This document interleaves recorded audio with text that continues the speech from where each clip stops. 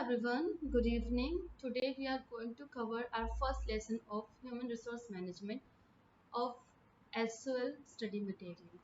So first lesson है हमारा Conceptual Framework of HR.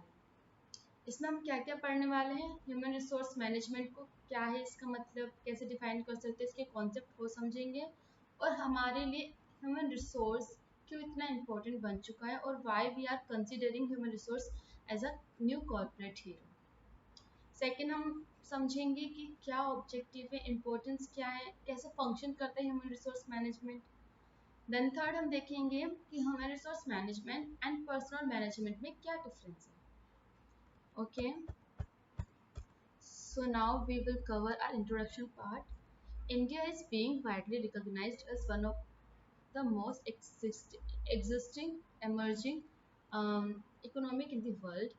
Besides becoming a global of outsourcing, Indian firms are spreading their wings globally through mergers and acquisition. हम लोग जानते हैं हमारी जो इकोनॉमी है वो बहुत ज़्यादा एक्साइटिंग एमर्जिंग इकोनॉमिक होती जा रही है और हमको सिर्फ ग्लोबल हब ऑफ आउटसोर्सिंग नहीं बनना, इसके अलावा इंडिया क्या कर रही है, अपने विंग्स को स्प्रेड कर रही है ग्लोबली। किस चीज़ में, मर्जर्स एंड एक्विजिशन में मर्ज कर रही है, कंपनीज को एक्वायर कर रही है जिससे हमारा बिजनेस टर्नओवर ज़्यादा हो सके। During the first 4 months of 1997, Indian companies have brought 34 foreign companies for about $11 billion. This impressive development has been due to growth in inputs as well as factor productivity. 1997 में Indian companies 34 foreign companies को लेके आई थी India में और वो कितने पैसे लेके आई थी, $11 billion. And this impressive development has been due to a growth in inputs. किस वजह से हुई, क्योंकि हमारे inputs में growth हुई, कैपिटल में growth हुई, हमारे लेबर में growth हुई, as well as factor productivity, और जो हमारे factors हैं उनकी productivity भी increase हुई थी, इसीलिए हमारे पास इतना ज़्यादा FDI आया था and इतनी सारी companies हमारे इंडिया में आई थी। By the year 2020, India is expected to add 250 million to its labor pool at the rate of about 18 million a year. अब हमने क्या करा, अब 2020 में हमने देखा इंडिया एक्सपेक्ट करती है कि अब वो हमारे लेबर पूल में 250 मिलियन ऐड कर देंगे at the rate of 18 million a year. 18 million a year हमारे पास आने वाला है, which is more than the entire labor force of Germany. इतनी लेबर फोर्स जर्मनी के पास नहीं जितनी हमारे पास है। This is called demographic dividend, has drawn a new interest in the human resource concepts and practice in India.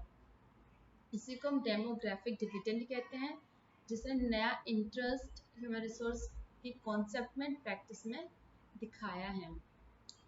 Relevance in spectrum of human resource management, क्या relevance है, कैसे कैसे ह्यूमन रिसोर्स मैनेजमेंट का स्पेक्ट्रम क्या है। Taking a look at people is rewarding experience. हम जानते हैं कि लोग एक्सपीरियंस रिवॉर्ड कर रहे हैं। It is the people who possess skills, abilities and aptitudes that offers competitive advantage to a firm.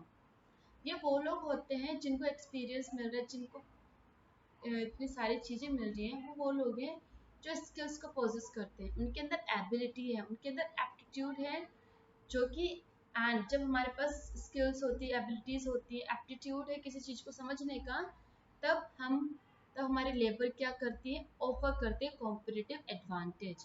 Competitive advantage क्या होता है कि हमारी कंपनी क्यों डिफरेंट है हमारे कॉम्पिटिटर से, किस वजह से हम हमारे कॉम्पिटिटर को छोड़ के लोग हमारे पास आ रहे हैं, तो जिस वजह से हमारे पास आते हैं उसे कहते हैं कॉम्पिटिटिव एडवांटेज, और जिस वजह से हम बेहतर हो सकते हैं हमारे कॉम्पिटिटर से, तो उसे कहते हैं competitive advantage.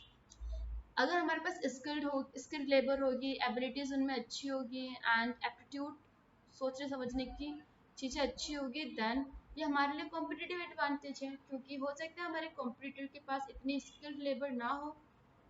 It is only human resource that is capable of deciding, implementing and controlling activities. As we all know, सिर्फ और सिर्फ ह्यूमन रिसोर्स है जो कैपेबल हो सकते हैं डिसाइड करने के लिए कि हमें क्या करना है, कैसे करना है। They will decide, then they will implement all the things.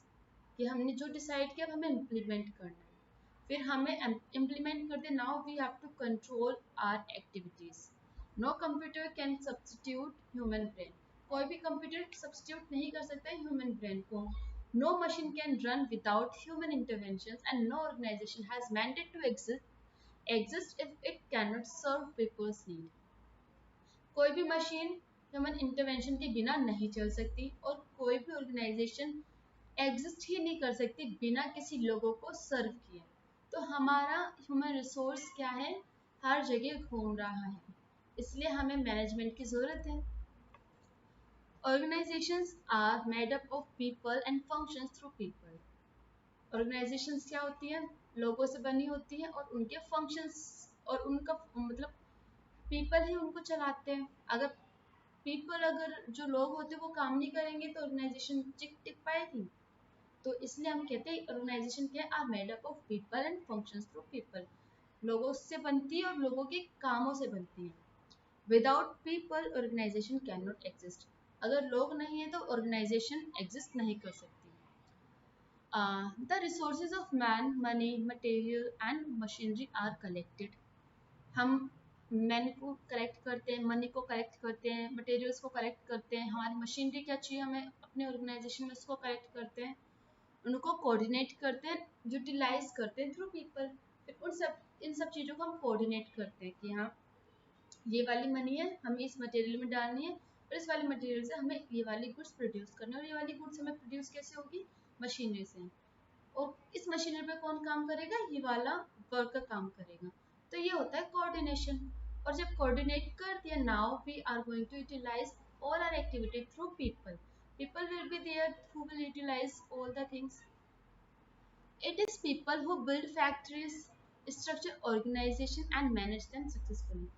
लोग होते हैं जो फैक्ट्रीज को बिल्ड करते हैं, ऑर्गेनाइजेशन का स्ट्रक्चर बनाते हैं कि हाँ टॉप लेवल मैनेजमेंट कौन है, मिडिल लेवल में कौन होगा, फॉरमैनशिप में कौन होगा, okay, and manage them successfully.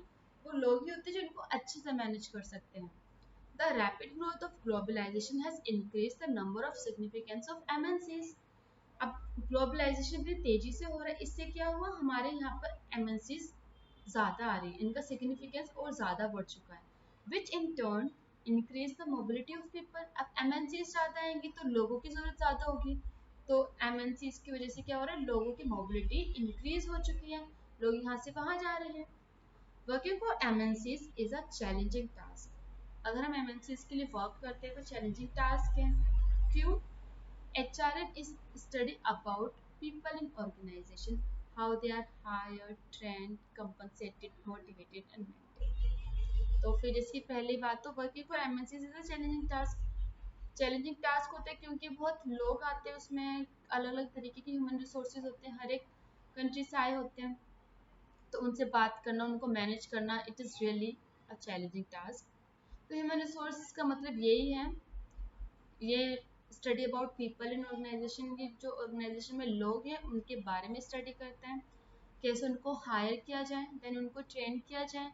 अब ट्रेनिंग हुई, then how we will compensate them, they are now compensated fully, now how to motivate them to work with their full potential, and now how we can retain them। हमने उनको higher करा, उनकी training में इतना ज़्यादा पैसा खर्च किया, उनको कंपनसेट किया, उनको मोटिवेशन में काम करवाया, देन नाउ ये हमारा एसेट बन चुकी है, तो हम इसको कैसे रिटेन कर सकते हैं, it is the task of human resource management.